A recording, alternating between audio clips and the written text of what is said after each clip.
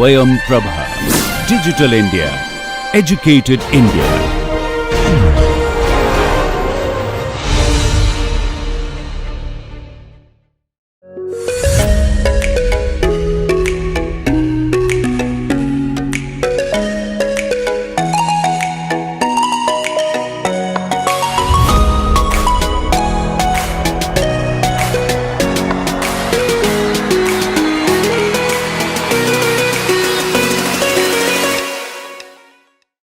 Hello everyone and welcome to new topic. In this we are going to discuss non-spatial data, also called attributes data, and there are different types. If you recall that when we started discussion on data in GIS, then we divided in two main categories. One is spatial data, another one is non-spatial data. Spatial data in which we had the vector, raster and tin. We have discussed in vector all three vector entities: point, polyline, line or polygon, and in raster we have also discussed about grid and image with two types of rasters, and third we have also discussed tin. So, in this one we are going to discuss what is basically non-spatial data or attributes data, how it is handled, how it is stored and what are their types. So, because as you know that each geographic feature can have one or more attributes. So, vector entities, point, line, polygon can have theoretically n number of attributes, but a raster can have only one type of attribute. Tin can have many, because say triangle it can have. This is how the data structures are. So, point data, line data and polygon data can have basically n number of attributes. So, when we talk about attributes and types, mainly we are discussing basically about the vector attributes associated with vector files. Also, when I was showing demonstration, and there also I used the point data and performed some query on that. So, because we had multiple attributes stored against each point, and therefore, it was possible to do it. So, that is what advantage of having as accurate and as rightly entered attributes, organized attributes in our GIS database. Now, as you know that lot of analysis will depend on type of attributes which are being used. Type may be simple character strings, maybe numbers of different types, maybe integer number, maybe real number. If real number, what is the precision? Maybe some other types of data like date, time, or some like bearings, or in degrees between 0 to 360 degree, and so on and so forth. So, these are the basically how the data will be stored or system will understand. So far in GIS the 6 types of attributes have been implemented, and the concept of these attributes are available. First one is nominal or categories. Nominal is something like a proper noun in our English literature, and we will see also details against this. So, let us first go one by one about the 6 kinds of basic attribute data. First one is nominal. Sometimes in literature you would find instead of nominal word they use the categories also. Like in ArcGIS the word categories is used. Second is the ordinal or ranks data, and there will be a difference between nominal and ordinal, also called ordinal as ranks data. Also we will see much detail. Then interval, and then ratio, and then cyclic data. Many times we have to use the cyclic data, especially about bearing and other things, and finally counts and amounts. That is also have been that this counts and amount has been added quite recently. So, in older literature you may find only up to the 5 kinds of attributes, but now you would find counts and amounts. So, one by one we will go in detail. What is basically nominal data is a simplest type of attribute, and which describe name or identity or distinguish one entity from another with no specific order. Like here there are names are given. Here we may have say like telephone number, but as definition says in case of nominal or categories, that just to identify or distinguish one from another, and that without any specific order. So, with no specific order, it is just name.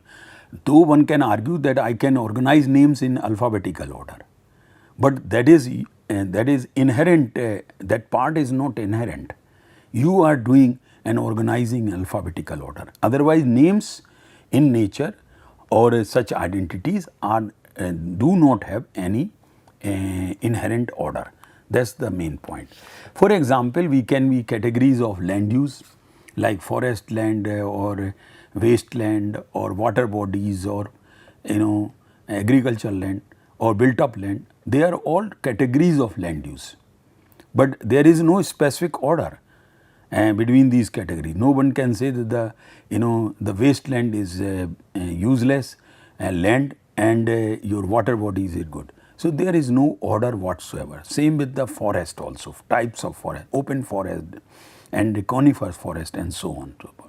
Name of places, again you can sort out in alphabetical order or any other order, but inherently name of places do not have any order and no specific order. Names of houses also, number on a driver's license. Now, this is very interesting example.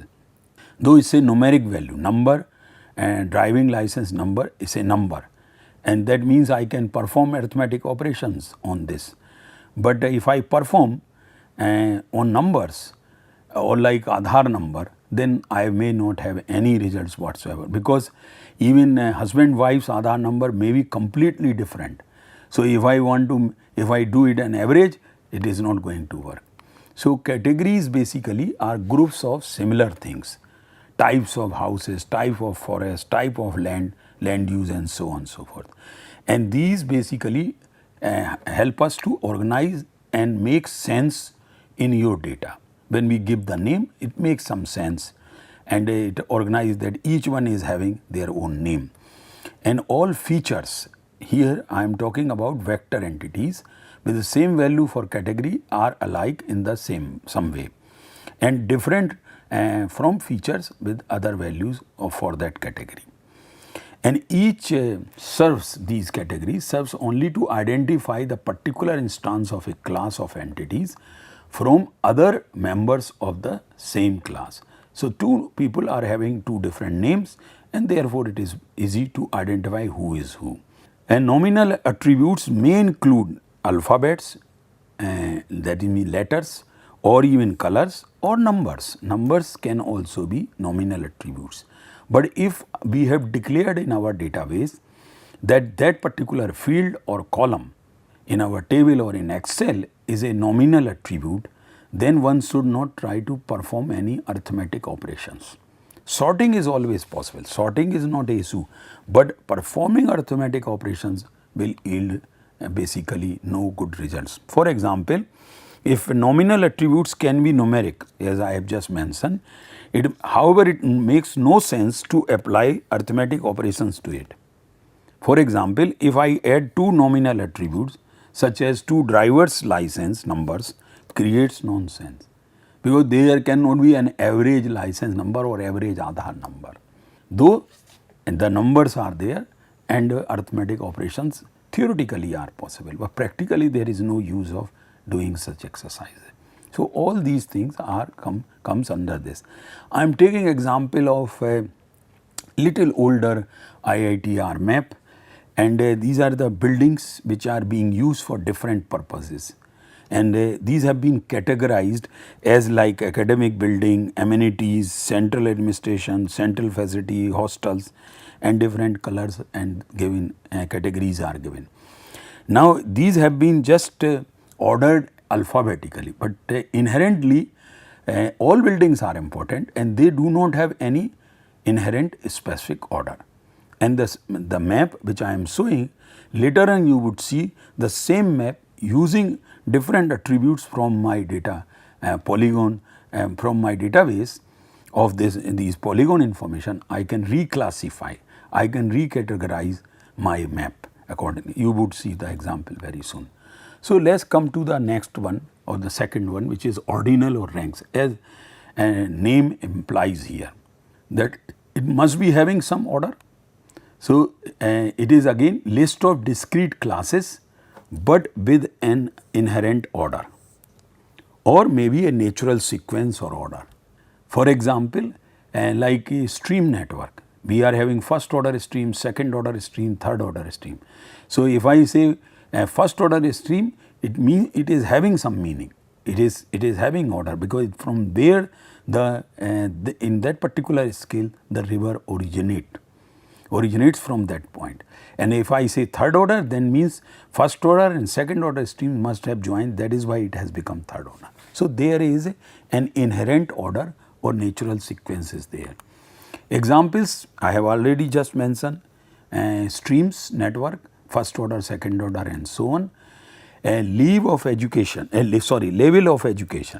like primary education, secondary education, undergraduate education, graduate education, postgraduate education, and maybe doctoral or postdoctoral education. So, again there is an order, inherent order is there. Now, these ordinal or ranks put features in order generally from high to low, or ranks are used when direct measures are difficult, and if the quantity represents a combination of factors, then we use the ranks. And ranks are relative, like in JEE examination we also use the rank. So, these are relative. The first rank holder is having higher position than the second, and the second one is having one lower position than first, but having higher position than third. So, it is in a relative sense, and but it has, as soon as I say ranks, that means it has got inherent order. And if number is given, then we can decide how much higher and how much lower. If number is not given, then it becomes sometime difficult. So, one can rate its agricultural land, for example, by classes of soil quality, or class being the best, class class 2 of soil is not good, etc. So, you can assign some order in before you classify your data, and adding or taking ratios of such numbers makes little sense. That means that quality 1 or class 1 divided by 2, or class 1 is adding by class 2, make no sense basically. So, in my attribute table, I may have for heading class or field name is class, and I may have value 1, 2, 3, 4. But if I perform arithmetic operations, again it will not have any meaning, though it is having inherent order. And again averaging makes no sense, but other maybe statistical analysis like median or values such that half of the attributes are higher rank or half are lower rank may have some meaning.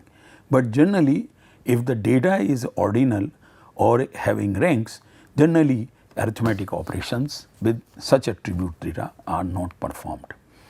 Now, as I said earlier, that the same map I have ranked it, and how I have ranked it, these buildings, that they are from construction or condition point of view, that some of them are excellent, fair, good and poor. This is just for analysis purpose. It does not represent the real picture currently. It is just for our understanding that how the same map using a different attribute, which is having information that these buildings, individual buildings can have these 4 types of categories, have been or ranks have been given, and therefore I can classify that map according to the ranks, and ranks are here depending on their condition, whether they are in good condition, fair, excellent, poor or whatever. Similarly, the third attribute, and now as we move higher and higher in attribute, the complication will keep adding. Like nominal does not have any kind of order, whereas when we talked about ranks or ordinal, it is having inherent order. Now, when we come about the interval, then interval has got the natural sequence, but in addition the distance between the values have meaning. Like if I talk about ordinal, then class 1 of soil and class 2 of soil, and the distance between these two does not have any meaning. But here, and 5 degrees centigrade of 5 pH and 6 pH, 6 pH and 7 pH has got the meaning. So that is why, in addition to the natural sequence, it is also having a distance, and that has got the meaning. The example here is given about the pH. So neutral, as you know, pH 7 is considered as neutral, and 0 is acidic, and of course 14 if we go for basic. Now the meaning here, the same distance, the distance has got meaning. So 8 minus 7 equals to 1 difference pH. The same you can have 5 minus 4, and same here also 12 minus 11. So the distance has got the same meaning in this particular example, but has got the meaning, and there is a natural sequence starting from 0 to 14, 7 neutral in case of pH. Similarly, in case of centigrade temperature, that is basically a interval attribute, because it makes sense. Now some arithmetic operations are coming. So it makes sense to say that the temperature difference between 30 degrees centigrade and 20 degree are the same as temperature difference between 20 and 10.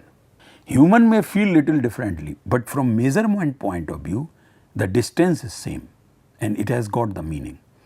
So if this would have been 20 and 15, then only 5 degrees Celsius temperature difference. So it is half of what between 20 and 10. That means some meaning is coming out, and of course natural sequence is definitely there. Now the fourth type of attribute, which is ratio, and as you know that the ratios attributes have some characteristics as interval variables, little higher in hierarchy. It has got further some extra thing, but in addition these have 0 or starting point. Though in the PS example we had 0, but there are some other examples where we will not have 0. So here the 0 or starting point is there, plus those conditions like inherent order and distance has got the meaning, that is also there, but in ratio the attributes have the same characteristics as interval variables, but in addition these have 0 or starting point. If I like in maps we put a scale bar, this is that example. So this is generally when a scale bar is put, we put the 0, and this we put also 14, and scale is a ratio. Scale is a ratio, and this one, because if we say 50,000, then one unit on the map may be 1 centimeter equivalent to 50,000 centimeters on the ground. So it is a ratio, and that is why it will have 0 value starting point as well. And examples like rainfall per month. So rainfall 0 is a starting point, and that can be, weight is also ratio, and when we measure something, weigh something. So it has got, it is a ratio quantity, and because it makes sense to say that a person of 100 kg is twice as heavy as a person of 50 kg. But in case of Celsius temperature is only interval, because 20 is not twice as hot as 10. But you know, this arguments also applies to all scales that are based on similarly arbitrary 0 points, including longitude as well. This is important here, longitude, because we handle our data in geographic coordinates. So there also this is very, very important. Now the fifth type, which is directional or cyclic. Lot many times, especially in civil engineering domain or sciences, where we have to record bearings in in surveying, in civil engineering we record the bearing in which direction, and maybe elevation, maybe for some elevation in degrees also. And same in the in earth sciences we record dip, strike and plunge and everything. and they all are the directional data. So that we have to, whether they are in the horizontal plane, that means between north and full circle to the again north 360 degree, or maybe in a vertical plane starting from 0 to 90 degree. So these are all directional. So in GIS it is sometimes necessary to deal data that can be directional or cyclic. Here I want to mention that in earlier systems, GIS systems, this capability was not there, and we had a lot of difficulties when we started using GIS for directional data. But now all GIS software, most of the popular GIS softwares are having capabilities of handling directional or cyclic attribute data very smoothly. Only thing, while feeding or bringing data in your database, you have to declare the field that it is going to be the directional. That the in the characteristics or format in terms of like Excel we call as a format of the cell. That means the characteristics of the field that has to be declared that this data which I am going to bring is directional data, and this should be done before you bring the data in your database attribute table, because if you do it later on then and declare, then there may be some problems in your analysis or even in query. So it is always better to create different fields having different types of attributes, having prior knowledge of what kind of data is going to be residing on different columns or fields, and then you bring this. So flow direction is also directional data on a map, or a compass direction. Wind direction is also a cyclic data, or longitude, because longitudes which runs from north to south, and a 0 degree longitude means that Greenwich where from London it overpasses, there is a GMT Greenwich mean time also, and then you go and take the entire circle of the earth and then you come back. That is why it is called cyclic. So longitudinal is also cyclic. A spatial problem is the numbers, because after all these values are stored as numbers. 359 is 0, because the next number is going to be the 0 or 360. But if I perform an arithmetic operation on these two numbers 359 and 0, then I am going towards south, that is incorrect. So one has to be very, very careful with directional data, and that is why I mentioned that in the field itself, the characteristics of the field should have that information, prior information, that what kind of data is going to come in that column or in that database, in that field. So averaging two directions such as 359 and 1 yields 180. That means south, but basically we know it's a directional data. So 359 plus 1 equal to 0, and that means 360 degree, and it is north, not the south. So this one has to be very careful with the directional data. Nowadays GIS are capable and no issue. This is a similar problem which was faced in the year 2000 when we changed the century from 1900 to 2000. At that time our systems, computers were storing only two places for the year. That means instead of 1999 they were storing only 99. And if we go for 2000, that means that year would have been 00, and that can be 1900, that can be 2000, that can be 2100. So this called the year 2000 or Y2K problem or bug, and this was resolved by creating two more fields for the year in our computers, and so that and quite easily the problem was solved by the computer engineers, that they redesigned their operating systems and could store information about the year in 4 digits rather than 2 digits. So one has to be very careful with the cyclic data, because date or time is also cyclic data. After 23 hours and 59 minutes again 0 hours comes, not 24 hours. So that one has to be very, very careful. Another set of problems also arise because of this is in case of latitude, longitude, which are written in forms of degree, minutes and seconds. That is why in GIS we go for DD, that is a degree decimal.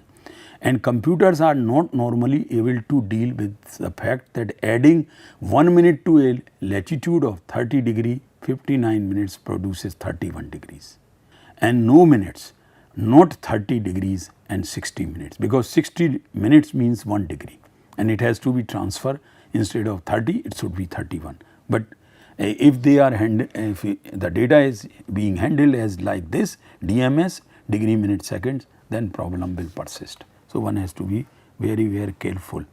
And that is why I will repeat one more sort of rule which I framed in GIS. The first rule says that after each and every process, steps taken in GIS, check for errors.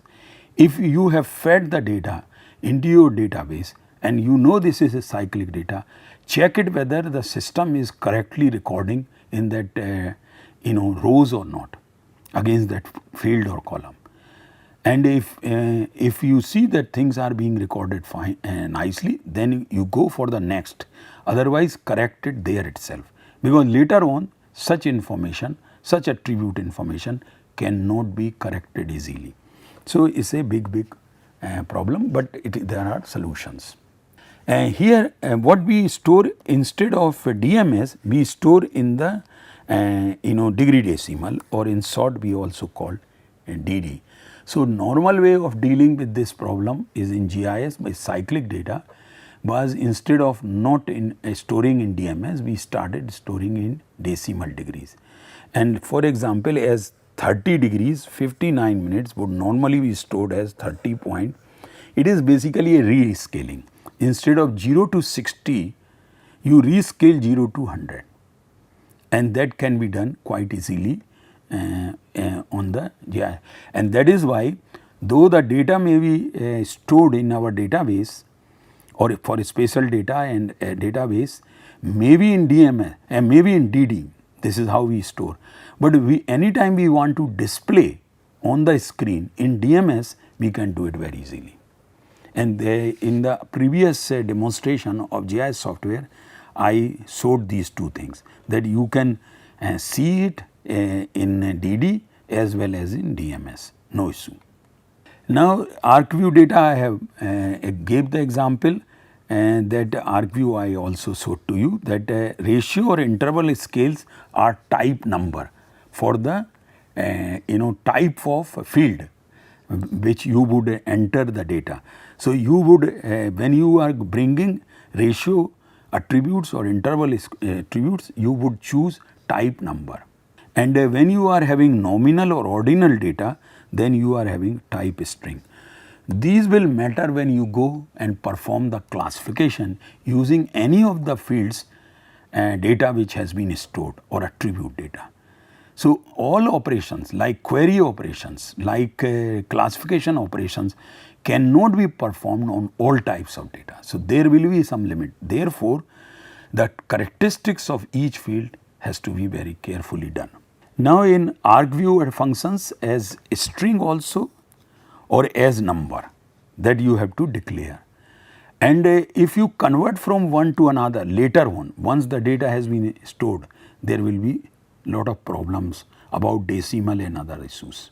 So it is better always to decide which kind of data is going to come, declare that field accordingly, and then bring the data. Then hopefully things will be running very smoothly. Now last type of attributes or kinds of attributes which we have started handling in GIS in recent years is counts and amounts. It's not that complicated. It's quite simple, that counts and amounts show total numbers. So there is a separate attribute which will store the information about total numbers, and the count is actually number of features on a map. Suppose there is a point map, I may have 1000 points. So I would like to store in a separate field about this information.